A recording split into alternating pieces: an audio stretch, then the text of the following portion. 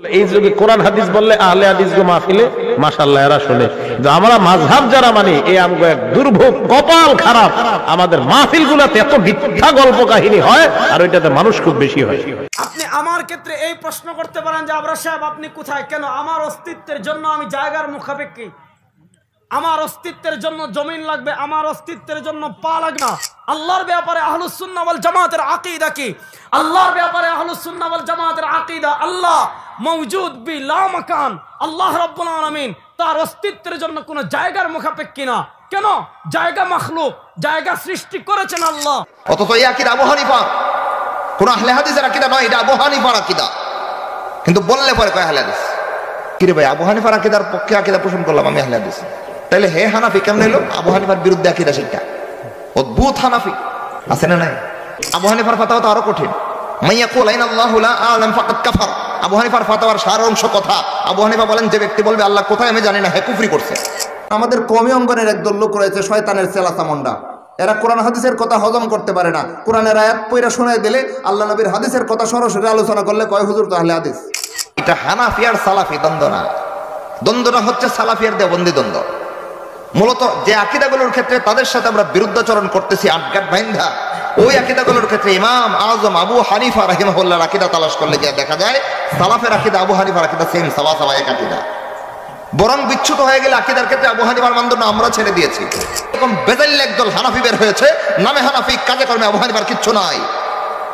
ওই লোকগুলোর সামনে যখন আবু হানিফার মাসলাক মানহাজ পেশ করা হয় তখন সহ্য হয় না, প্রতিবাদ করার আর কোনো দলিল খুঁজে পায় না, পেছন থেকে জোরে দেয় আহলে হাদিস আহলে হাদিস। আসসালামু আলাইকুম ওয়া রাহমাতুল্লাহ। প্রিয় দিনী ভাই বোনেরা, আপনারা এতক্ষণ ধরে যার কথা শুনছিলেন, প্রথমে আরিফ বিন হাবিব, তারপরে রেজাউল করিম আবরার, তাদেরকে হয়তো আপনারা চেনেন। তারপরে যিনি কথা বললেন নুরুল ইসলাম অলিপুরীর ছেলে কামরুল ইসলাম বিন অলিপুরী, তিনি একজন হানাফি অঙ্গনের, হানাফি পরিবারের সন্তান। কোরআন হাদিস পড়ে দেখুন কিভাবে কোরআন হাদিস পড়ে আকীদার বিষয়ে, আমলের বিষয়ে গুরুত্বপূর্ণ কথা তিনি বলছেন, যে কথাগুলো আহলে হাদিসদের সঙ্গে মিলে যায়, যার কারণে তাকে আখ্যা দেওয়া হচ্ছে সে আহলে হাদিস হয়ে গেছে। তো আমরা কামরুল ইসলাম অলিপুরীর কাছ থেকে আরো গুরুত্বপূর্ণ কিছু আকীদার কথা শুনে। আল্লাহ কোথায় আছেন? সর্বত্র। আল্লাহ কোথায় আছেন? সর্বত্র। এক প্রশ্ন থেকে জবাব আরো ছোট। আল্লাহ কোথায় আছেন প্রশ্নের মধ্যে 3 শব্দ, জবাব 1 শব্দ, সর্বত্র। আমার কথা বুঝেন আপনারা? বুঝে থাকলে এবার বলুন তো, আল্লাহ কোথায় আছেন? সর্বত্র। আল্লাহ কোথায়, এই আকীদার ব্যাপারে যদি আপনাদেরকে জিজ্ঞেস করি, শুধু আবু হানিফা নয়, 4 ইমামের মুত্তাফাক আকীদা, আল্লাহ সত্তাগতভাবে আরশে। সত্তাগতভাবে কোথায়? আরশে। 4 ইমামের সবার মুত্তাফাক রায়, সমন্বিত রায় এটা। ইমাম মালিকের তো প্রসিদ্ধ কওল, আল ইস্তিওয়া মালুমুন ওয়াল কাইফু মাজহুলুন ওয়াস সুআলু আনহু বিদআহ। আল্লাহ যে আরশে বিদ্যমান রয়েছেন সত্তাগতভাবে, এটা একদম জানাশোনা কথা, এটার উপরে আমাদের ঈমান। কাইফিয়ত, কিভাবে আল্লাহ বসেছেন না শুয়েছেন না দাঁড়াইছেন, এই কথা জিজ্ঞেস করা গোমরাহি। কে বলেছেন? ইমাম মালিক। আবু হানিফার ফাতাওয়া তো আরো কঠিন। মাইয়াকুল আইনাল্লাহু লা আ'লাম ফাকাদ কাফার। আবু হানিফার ফাতাওয়ার সার অংশ কথা। আবু হানিফা বলেন, যে ব্যক্তি বলবে আল্লাহ কোথায় আমি জানি না, হে কুফরি করছে। কেন? আল্লাহ নিজে বলছেন আল্লাহ আরশে। তাহলে আইনাল্লাহ এর মাসালায় আল্লাহ কোথায়, এর মাসালায় সালাফদের আকীদা, আবু হানিফার আকীদা, সাহাবায়ে কেরামের আকীদা, রাসূলের আকীদা, কোরআন সুন্নাত খায়রুল কুরুনের সবার আকীদা তো এক ছিল। ছিল কি ছিল না? আজকে এসে আপনি ভিন্ন মত পোষণ করেছেন, কিন্তু নিজের ভিন্ন মতটাকে টিকানোর জন্য যারা সালাফের আকীদাকে ধরে রেখেছে তাদেরকে এসে আহলে হাদিস বলে ছুরি মারতেছেন। এটা কোন ইসলামের শিক্ষা নিয়ে করতেছেন আপনি? তো আপনারা প্রথমে নুরুল ইসলাম অলিপুরীর কথা শুনলেন, তারপরে তার ছেলে কামরুল ইসলাম বিন অলিপুরীর কথা শুনলেন। দেখুন বাপ বেটার ভিতরে অনেক পার্থক্য রয়েছে। আমাদের দেশে কিছু হানাফি, তারা মাসলাই শুধু ইমাম আবু হানিফাকে মানে, আকীদার ক্ষেত্রে ইমাম আবু হানিফাকে কিচ্ছু মানে না, যেটা তার প্রমাণ তার ছেলে কামরুল ইসলাম বিন অলিপুরী। দেখুন ইমাম আবু হানিফার আকীদা যে আল্লাহ আসমানের উপরে আছে, তাছাড়া সহিহ মুসলিমের হাদিস, কোরআনের অসংখ্য আয়াত, যেমন সূরা তাহার 5 নম্বর আয়াত, আর রহমানু আলাল আরশিস তাহা, এই বিষয়ে আলেমদের অনেক বক্তব্য রয়েছে। আমরা কামরুল ইসলাম অলিপুরী আরো কিছু কথা শুনে আসি আকীদার ক্ষেত্রে। আমি আপনাদের সামনে আজকে খুতবার পরে একটা দুরূদ শরীফ পড়ছি, বললাম আমার সাথে পড়েন। নামাজে যে দুরূদটা, দুরূদের কোনো আওয়াজই হয় না আপনাদের, কিন্তু যদি আমি আপনাদের সামনে পড়তাম আল্লাহুম্মা সাল্লি আলা করে একটা টান দিতাম, এই মাইকের মাহফিলের আওয়াজে মানুষ এইখানে বইরা দিত, ঠিক না? আল্লাহুম্মা সাল্লি আলা বইলা টান দিলে মানুষ জায়গা দেওয়া যাইতো না, যেটা বাপ দাদার থেকে শিখছেন। আমি যে দুরূদ পাঠ করলাম, এই দুরূদ দুনিয়ার শ্রেষ্ঠ মানুষ মুহাম্মদ সাল্লাল্লাহু আলাইহি ওয়াসাল্লাম দুনিয়ার শ্রেষ্ঠ উম্মত আবু বকর সিদ্দিককে শিখায়া দিছে। তাহলে দুনিয়ার শ্রেষ্ঠ মানুষ শ্রেষ্ঠ উম্মতকে যেই দুরূদ শিখায়া দিলেন, ওই দুরূদ আমি পাঠ করলাম, পাঠ করার কোনো আওয়াজ নাই। আর বাপ দাদার শিখানো দুরূদ যদি আমি আপনাদের সামনে পড়তাম, মাঠের মধ্যে আওয়াজে মানুষ আরো ভরপুর হয়ে যাইত, আর কতই মিথ্যার মধ্যে থাকবেন। হানাফিয়ত কাকে বলে? কোরআন হাদিস বাদ দিয়া কোনো ব্যক্তির অন্ধ পূজার নাম হানাফিয়ত।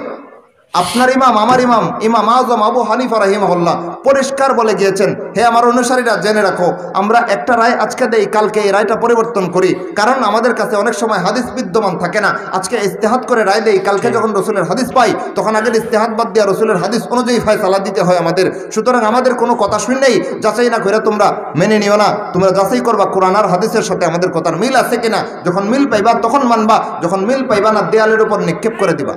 কে বলেছেন কথাটা?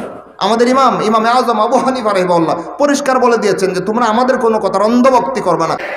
আল্লাহ একমাত্র হাজির নাজির, ইলমান ও কুদরতান। পৃথিবীর সব জায়গায় আল্লাহর শক্তি, আল্লাহর কুদরত বিরাজমান, এটা আমাদের সবার ঈমান। আল্লাহর ইলম, আল্লাহর শক্তি সারা পৃথিবীর সব জায়গায় বিরাজমান, সেই হিসেবে আল্লাহ হাজির নাজির। আল্লাহু সামিউ, আল্লাহু বাসীর, আল্লাহ সর্বশ্রোতা সর্বদ্রষ্টা, এই হিসেবে আল্লাহ হাজির নাজির। কেউ যদি মনে করে রাসূলুল্লাহ হাজির নাজির, তাইলে সে মুশরিক, ঈমান থেকে খারেজ হয়ে গেছে। অপরদিকে আরেকটা আকীদা, গায়েব একমাত্র আল্লাহ জানেন। আরেক দল মুসলমান ভাই, তাদের আকীদা গায়েব আল্লাহ জানেন, রাসূলও জানেন। আল্লাহ বলেন, কুল, রাসূল আপনি বলে দেন, লা ইয়ালামু মান ফিস সামাওয়াতি ওয়াল আরদিল গায়বা ইল্লাল্লাহ, আকাশ এবং জমিনে যা কিছু রয়েছে কেউ গায়েব জানে না, একমাত্র আল্লাহ গায়েব জানেন। কথাটা কার? আমি মোল্লার ফতোয়া না, এটা আল্লাহর ফতোয়া। আমাদের নবী করিম সাল্লাল্লাহু আলাইহি ওয়াসাল্লাম কি মাটির তৈরি ছিলেন না নরের তৈরি? এই প্রশ্ন এখানে করার দরকার নাই। কেন জানেন? একটু আগের আলোচনা যদি আপনারা বুঝে থাকেন আর এইখান থেকে সমাধান নেন, তাহলে আমি বলা লাগবে না, এখানে পেয়ে যাবেন। কি আছে দেখেন, আল্লাহ রাব্বুল আলামিন বলে সূরা কাহফের শেষ দিকের আয়াত, আল্লাহ বলে, আল্লাহ রাসূলকে বলে দিয়েছেন, হে রাসূল আপনি বলে দিন, কুল ইন্নামা আনা বাশারুম মিসলুকুম, রাসূল আপনি বলে দেন নিশ্চয়ই আমি তোমাদের মতো একজন মানুষ। ভাই রাসূল কার মতো মানুষ? ফেরেশতার মতো না আমাদের মতো? আমাদের মতো। তো আমরা কি নূরের তৈরি? আমরা তো মাটির তৈরি। রাসূলকে আল্লাহ যদি বলতেন, রাসূল আপনি বলে দেন আপনি ফেরেশতার মতো একজন মানুষ, তাহলে ফেরেশতা কিসের তৈরি? নূরের তৈরি। আমরা মনে করতাম রাসূল নূরের তৈরি, কিন্তু রাসূলকে আল্লাহ বলতেছেন, রাসূল আপনি বলে দেন ইন্নামা আনা বাশারুম মিসলুকুম, আমি তোমাদের মতো একজন মানুষ, অর্থাৎ মাটির তৈরি আদমের বংশজাত সন্তান হিসেবে তোমরা যেভাবে মাটির তৈরি মানুষ, আমি রাসূলও মাটির তৈরি মানুষ। তাহলে আল্লাহ রাসূলকে কিসের তৈরি বললেন? আমাদের মতো মাটির তৈরি মানুষ বললেন। দেখেন, আবার সম্মানগত দিক থেকে নয়, রাসূল আমাদের মতো মর্যাদাগত দিক থেকে নয়, বরং বংশগত দিক থেকে। আমরা যেমন আদম আলাইহিস সালামের বংশজাত সন্তান হিসেবে মাটির তৈরি, রাসূলও আদম আলাইহিস সালামের বংশজাত সন্তান হিসেবে মাটির তৈরি। কোরআনের শিক্ষা যারা মানতে পারবে তাদের ঈমান বিশুদ্ধ, যারা মানতে না পারবে তাদের ঈমান নষ্ট। আপনারা কামরুল ইসলাম বিন অলিপুরীর যে ইমাম আবু হানিফার উক্তিটা শুনলেন, যে ইমাম আবু হানিফা বলেছে, সেটা আপনাদেরকে শোনাই। যে সেটা হচ্ছে ফিকুল আকবর প্রথম খণ্ডের 135 নম্বর পৃষ্ঠা। এখানে ইমাম আবু হানিফার উক্তিটি উল্লেখ করা হয়েছে, যে ব্যক্তি বলবে আমি জানি না আমার রব আসমানে না জমিনে, সে কাফের। অনুরূপ সেও কাফের যে বলবে তিনি আরশে আছেন, তবে আমি জানি না আরশ আসমানে না জমিনে। দেখুন ইমাম আবু হানিফার আকীদা কত কঠিন। আর আমরা আজকে হানাফির নাম ইমাম আবু হানিফার অনুসারী হিসেবে কার আকীদা ধরে আছি। আল্লাহ আমাদেরকে বোঝার মতো তৌফিক দান করুক। তাছাড়া আপনারা যদি সহিহ মুসলিমের একটা হাদিস দেখেন, রাসূল সাল্লাল্লাহু আলাইহি ওয়াসাল্লাম একজন দাসীকে ডেকে জিজ্ঞাসা করলেন, আল্লাহ কোথায়? দাসী বলল, আসমানের উপরে। রাসূল সাল্লাল্লাহু আলাইহি ওয়াসাল্লাম বললেন, আমি কে? দাসী বলল, আপনি আল্লাহ রাসূল। অতঃপর তিনি বললেন, একে আজাদ মুক্ত করে দাও, কেননা সে একজন মুমিনা নারী। সহিহ মুসলিম 1227 নম্বর হাদিস। দেখুন এই হাদিসটা যদি লক্ষ্য করেন, একজন দাসীকে জিজ্ঞাসা করা হলো যে আল্লাহ কোথায় আছে? দাসী বললেন আসমানের উপরে। তারপরে বলা হলো, আমি কে? আপনি আল্লাহ রাসূল। তখন রাসূল সাল্লাল্লাহু আলাইহি ওয়াসাল্লাম বললেন, একজন মুমিনা নারী, সহি মুসলিমের হাদিস। তাছাড়া আল্লাহ যে আসমানের উপরে আছে অসংখ্য প্রমাণ। দেখুন আল্লাহ রসুল সাল্লাল্লাহু আলাইহি সাল্লাম যে মেরাজে গেছে, আমরা সবাই জানি, প্রত্যেকটা হাদিস গ্রন্থে মেরাজের ঘটনা রয়েছে। তিনি 7 আসমানের উপরে আল্লাহর সঙ্গে দেখা করতে বা কিছু সাক্ষাৎ করতে গিয়েছিল সিদরাতুল মুনতাহায়। আমরা এসব জানি। আল্লাহ যদি সব জায়গায় থাকতেন তাহলে 7 আসমানের উপরে মেরাজ করার তো দরকার ছিল না। অসংখ্য। তারপর কোরআনে একটা আয়াত যদি দেখেন, সূরা তাহার 5 নম্বর আয়াত, আর রহমান আল্লাহ আরশেস তাহা, রহমান পরম দয়াময় আল্লাহ আরশে সমুন্নত, সূরা তাহার 5 নম্বর আয়াত। তাছাড়া কামরুল ইসলাম বিন অলিপুরি আরো কতগুলো কথা বললেন যে ইমাম আবু হানিফা বলেছে, আমার কথার তোমরা অন্ধ অনুভক্তি করো না, অন্ধ অনুসরণ করো না, আমাদের কথা তোমরা কোরআন হাদিসের সাথে মিলাও। তাহলে আমরা কেন আজকে ইমাম আবু হানিফার অন্ধ তাকলিদ করব? অবশ্যই কোরআন হাদিসের সঙ্গে দেখুন আলেম হিসেবে সবাইকে মানতে হবে। যার কথা কোরআন হাদিসের সাথে মিলবে আমরা তার কথা মেনে নেব। আল্লাহ আপনাদেরকে বোঝার এবং আমল করার তৌফিক দান করুক। দেখা হয় পরবর্তী কোনো ভিডিওতে। আল্লাহ আপনাদেরকে ভালো রাখুক। আসসালামু আলাইকুম ওয়া রাহমাতুল্লাহ।